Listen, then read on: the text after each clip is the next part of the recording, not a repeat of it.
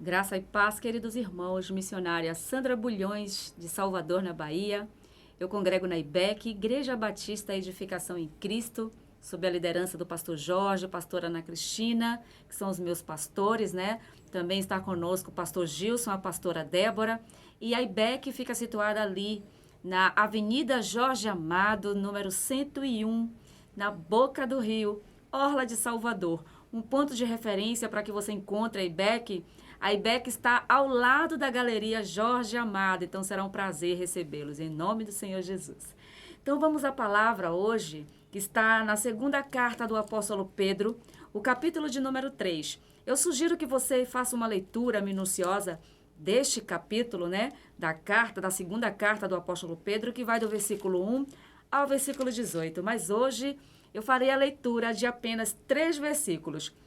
O primeiro versículo que eu vou ler é o de número 7, que diz assim: Ora, os céus que agora existem e a terra, pela mesma palavra, têm sido entesourados para fogo, estando reservados para o dia do juízo e destruição dos homens ímpios.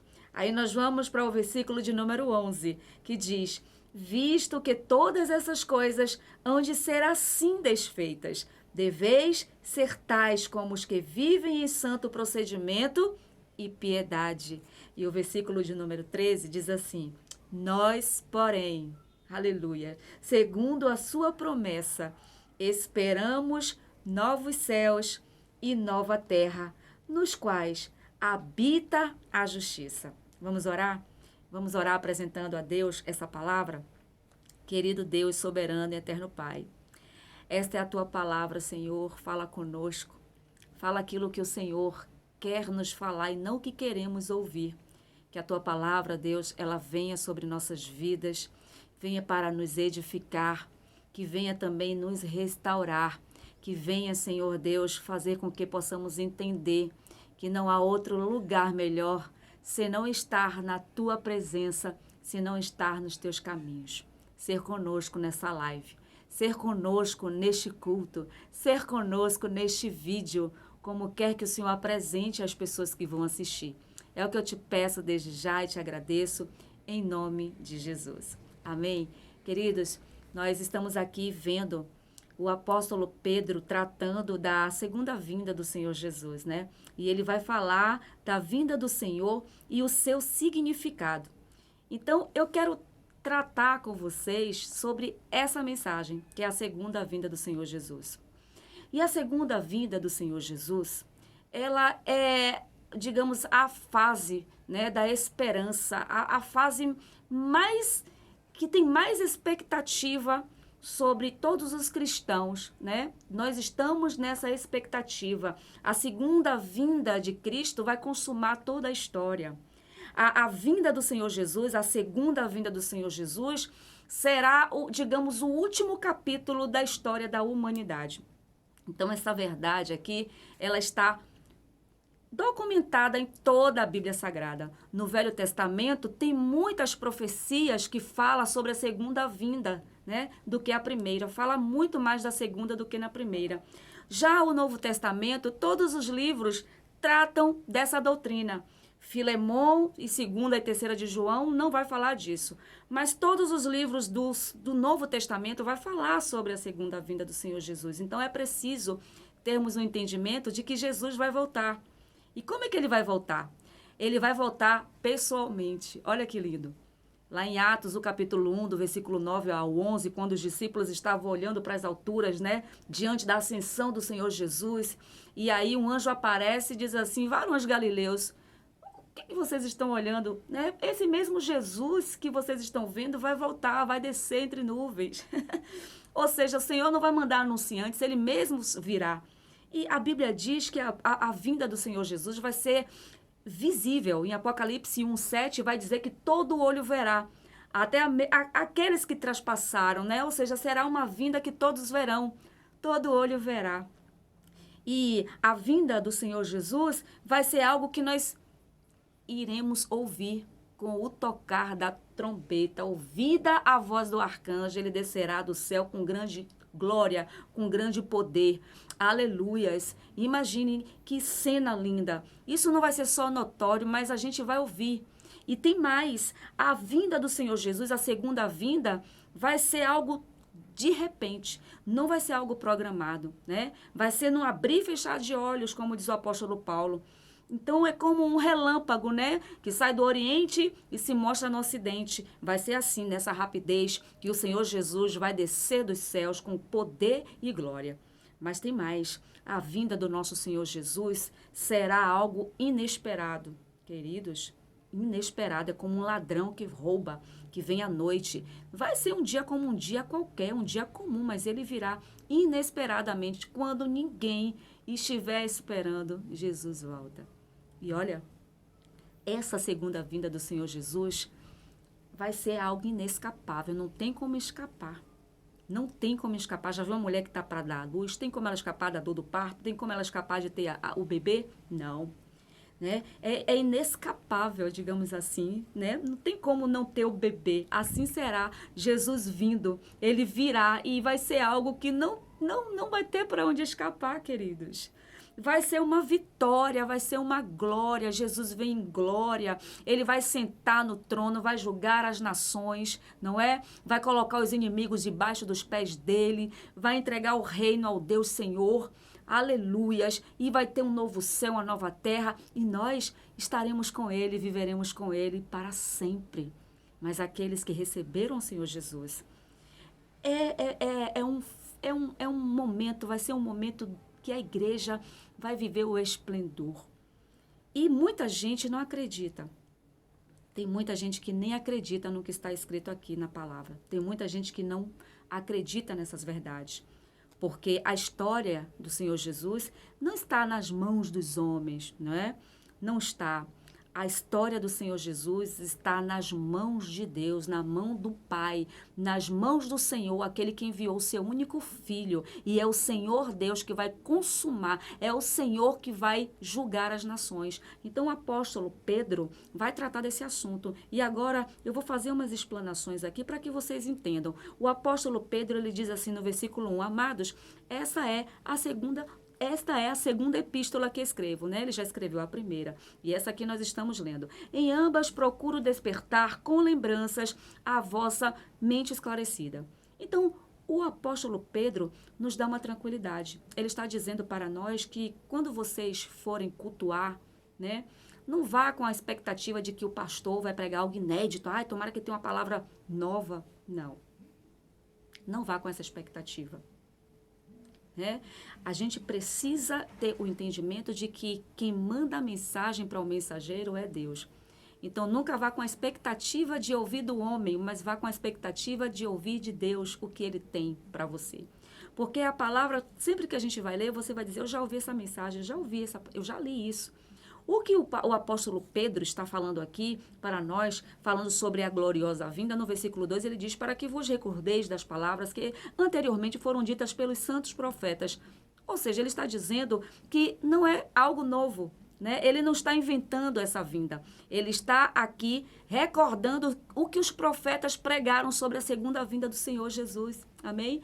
Os profetas trataram desse assunto. Muito mais do que a primeira vinda. O que o apóstolo Pedro está dizendo é que o Senhor Jesus Cristo, né? Ele ensinou sobre a sua segunda vinda. É só a gente parar e observar o sermão de Mateus 24 e 25, onde o Senhor, quando pergunto para ele, Senhor, quando é que vai ser essas coisas? Quais os sinais que o Senhor vai disparar para nós? Ele diz assim, olha, vigie para que ninguém te engane, viu? Né? Vai ter guerras, rumores de guerras, não é isso? Vai ter terremotos, pestes. Olha aí, o amor de muitos vai se esfriar. E esse evangelho do reino, ele diz que vai ser pregado em todo o mundo. E aí vem o fim. Mas também, queridos, essa verdade gloriosa foi pregada pelos apóstolos. O apóstolo Paulo trata dessa matéria. Pedro está tratando dessa matéria, né? João trata desse assunto. E esse assunto está muito bem trabalhado pelos profetas e pelo Senhor Jesus, inclusive pelos apóstolos. Ou seja, o que Pedro está dizendo é que há uma unidade das Escrituras, há uma conjunção das Escrituras, né? Há uma, digamos assim, uma concordância das Escrituras acerca desse assunto, não é? O Deus do Velho e do Novo é o Deus de amor e é um Deus de justiça. O Velho Testamento e o Novo Testamento estão na mesma unidade, no mesmo propósito, não é? Apontando para a volta do Senhor Jesus, apontando para o reinado do Senhor. E a palavra é uma só. E quando se trata sobre a segunda vinda do Senhor Jesus, elas se conectam ainda mais, o Velho e o Novo Testamento.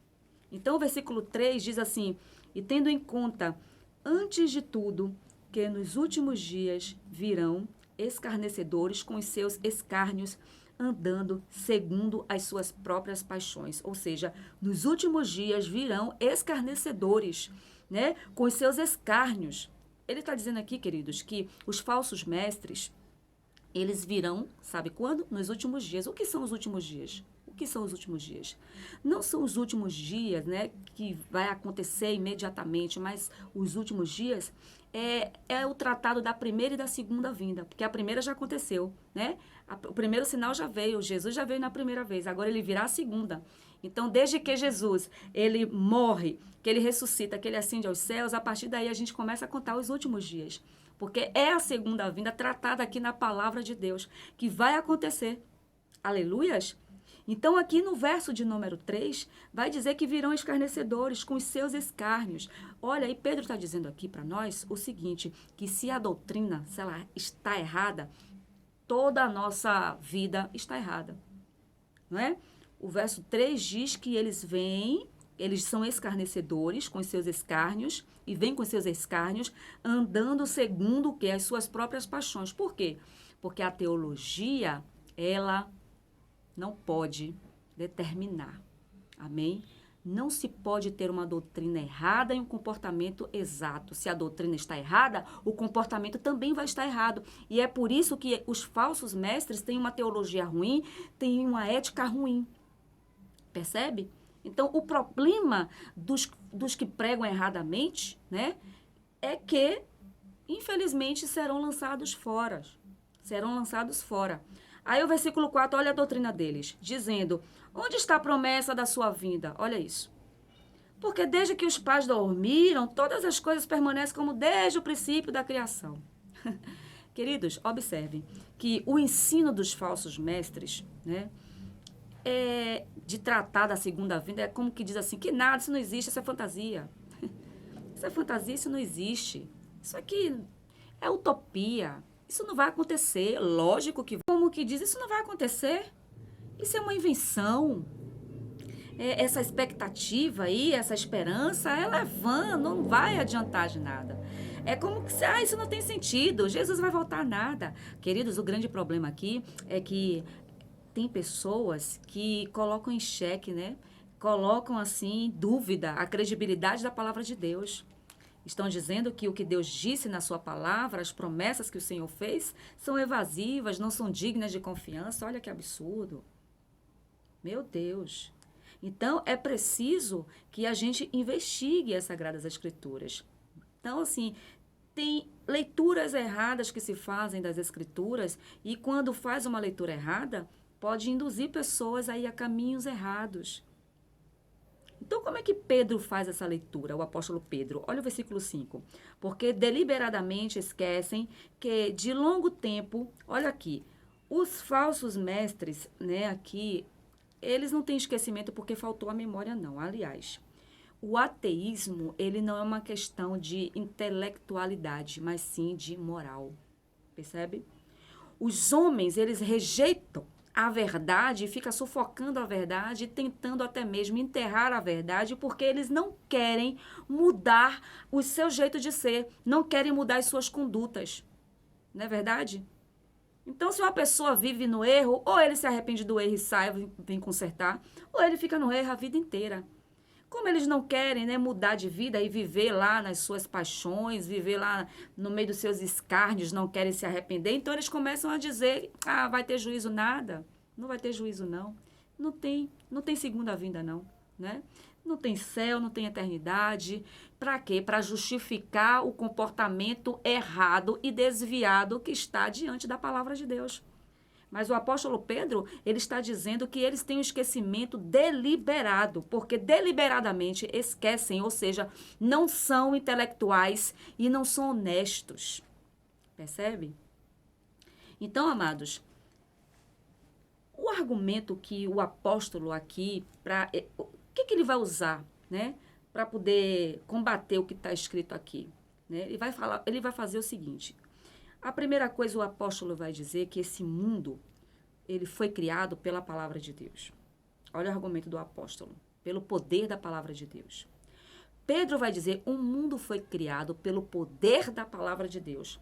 Aí aqui a gente observa que no versículo de número 6, ele vai dizer a segunda coisa. Ele diz assim que esse mundo foi julgado e pereceu aonde? No dilúvio, né? Mas foi julgado por quem? Pela palavra de Deus.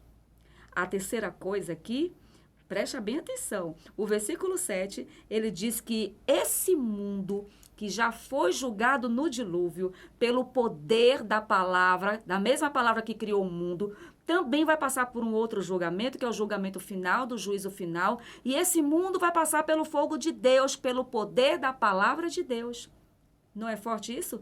O que Pedro está dizendo? Que se os falsos mestres vêm, né, para colocar em xeque a credibilidade, né, a integridade da palavra de Deus, ele está dizendo para eles o seguinte, a palavra de Deus não é verdadeira? Vocês estão querendo dizer isso, que não é confiável? Não é? Vocês estão dizendo que a palavra de Deus não merece confiança? Então entenda, o mundo foi criado pela palavra, foi julgado pela palavra, e o mundo será julgado no juízo final pela palavra de Deus.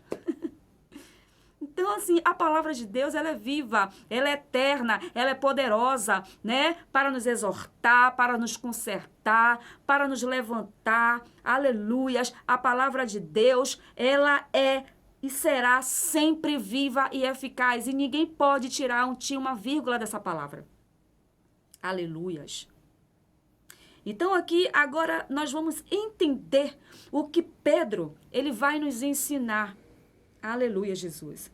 Vamos fazer aqui uma leitura minuciosa, o versículo ainda de número 7, que o apóstolo Pedro, ele está dizendo que os céus, né, que agora existem, e a terra, têm sido entesourados para o quê? Para o fogo. Ou seja, o primeiro dilúvio foi em água, o segundo juízo em fogo. Percebe? Amém?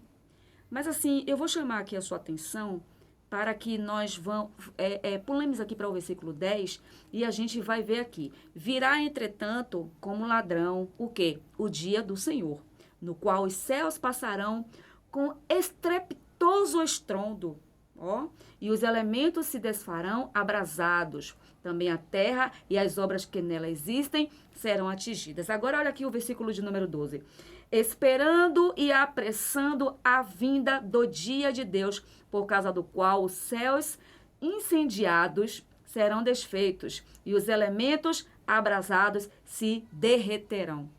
Queridos, isso aqui é forte. Você já pensou nesse cenário?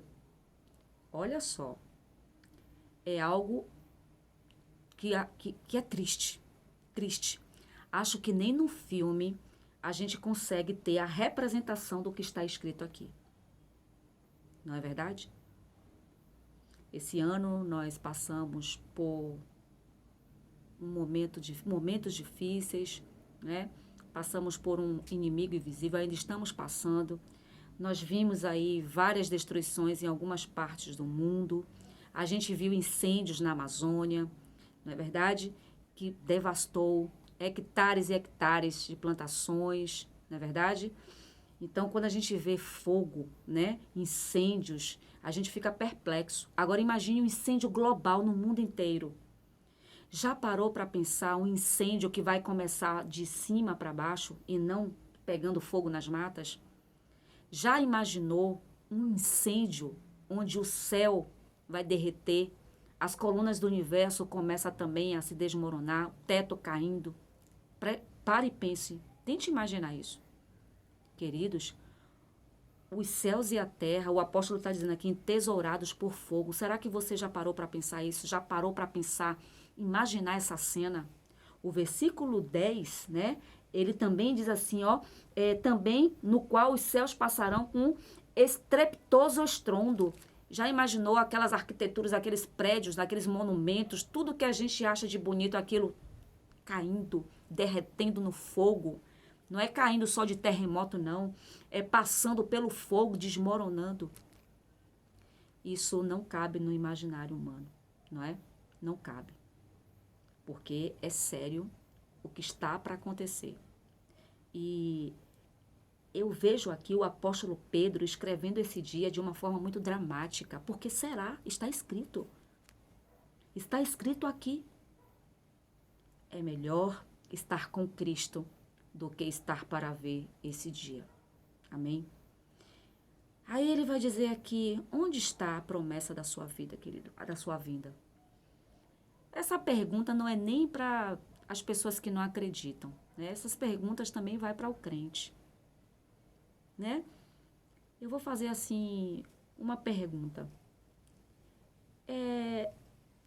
Você que está aí assistindo esse vídeo, você teria, assim, digamos, coragem de sentar e assistir, nem que fosse uma ficção, algo que o apóstolo está retratando aqui, de como seria consumido um mundo pelo fogo? Você conseguiria assistir 5 minutos desse episódio retratado num filme? Eu não sei. Eu não posso responder por você. Quantas vezes você escutou alguém dizer assim, seu avô, seu bisavô, Jesus está voltando, Jesus está voltando. E aí você vai dizer assim, eu ouço a mesma coisa o tempo todo. Aí alguém vai dizer assim, ó, Paulo esperou a segunda vinda, né, no tempo dele. Tantos outros que esperaram a vinda de Jesus. Aí você vai falar que tantas pessoas da sua família que já morreram, que esperaram e Jesus não vem.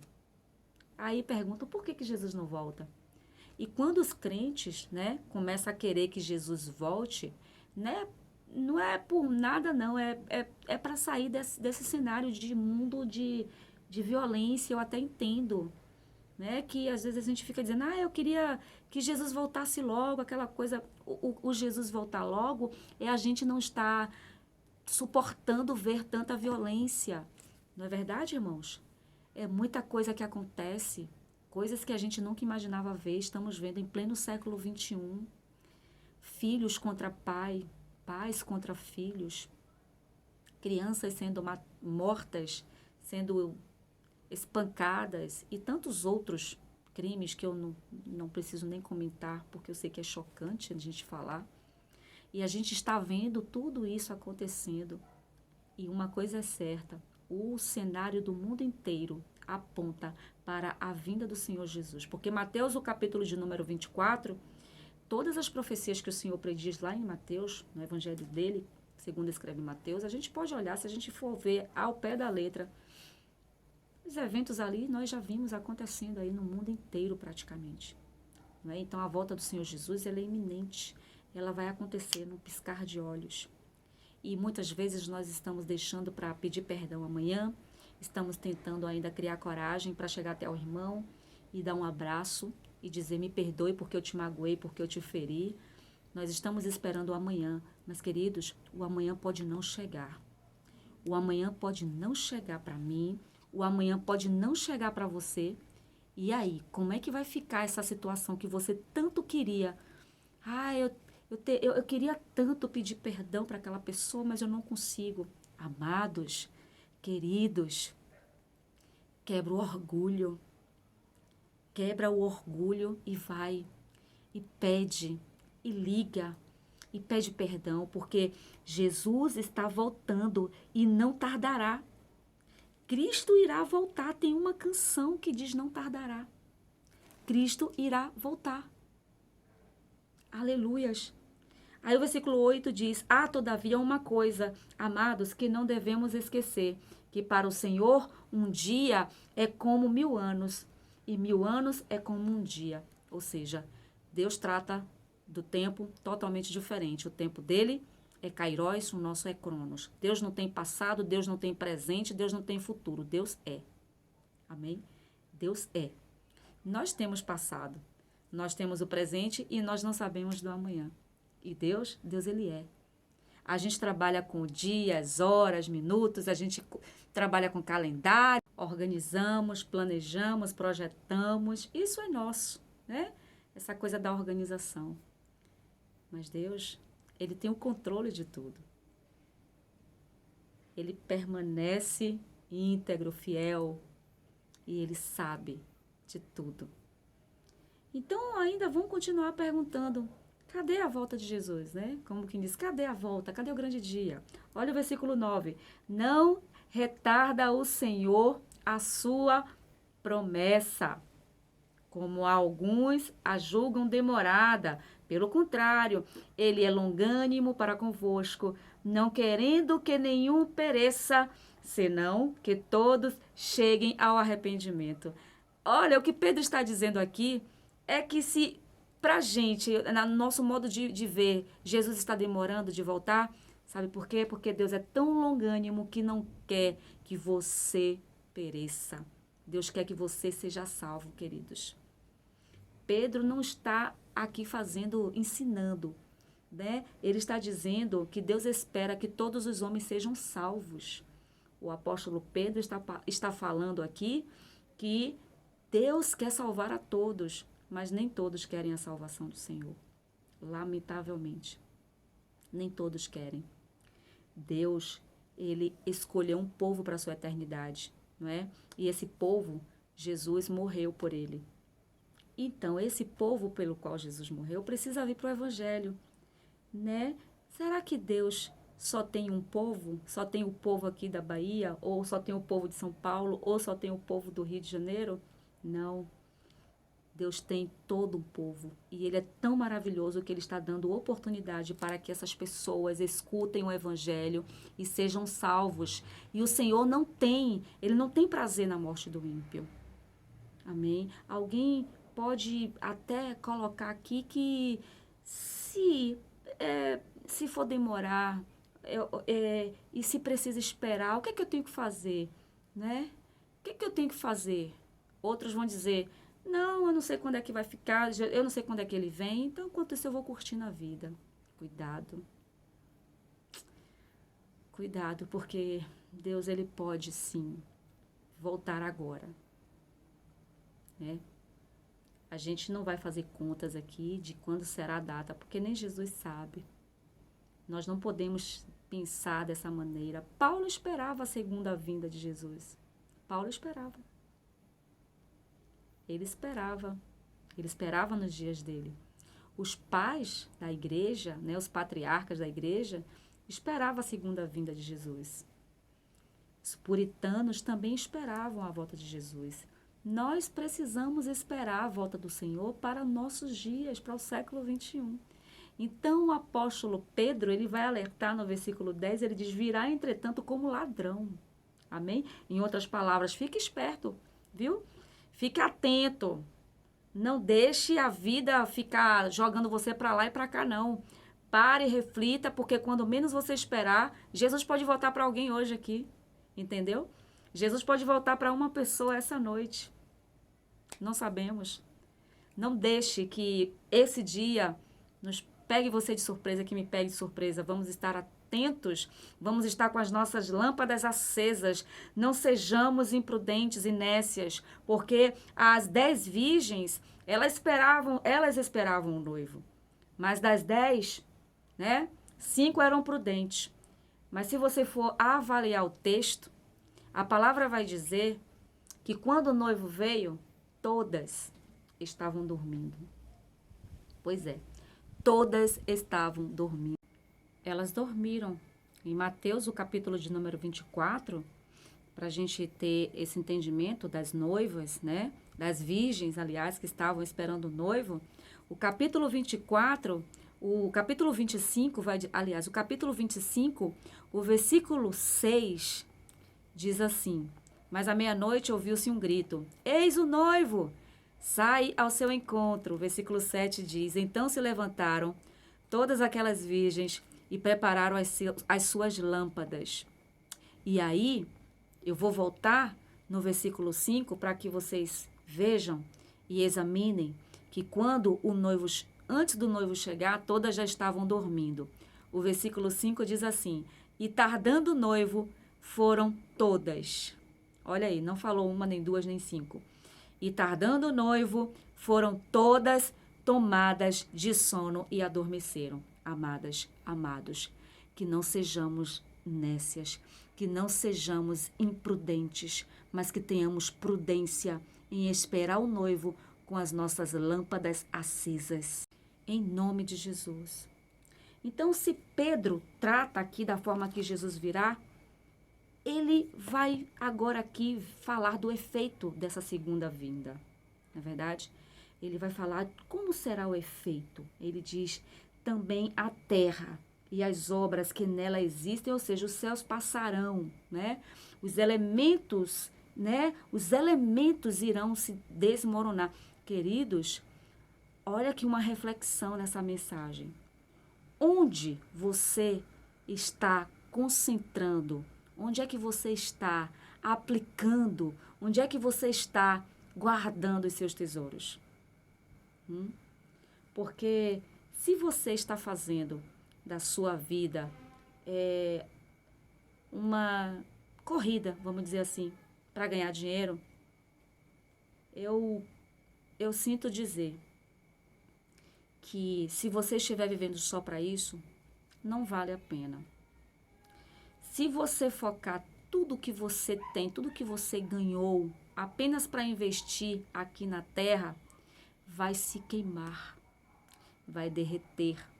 Então é melhor que você faça outros tipos de investimentos. Não há nada contra você ganhar dinheiro, você lutar, você batalhar. Mas a pergunta é onde você está aplicando esse dinheiro.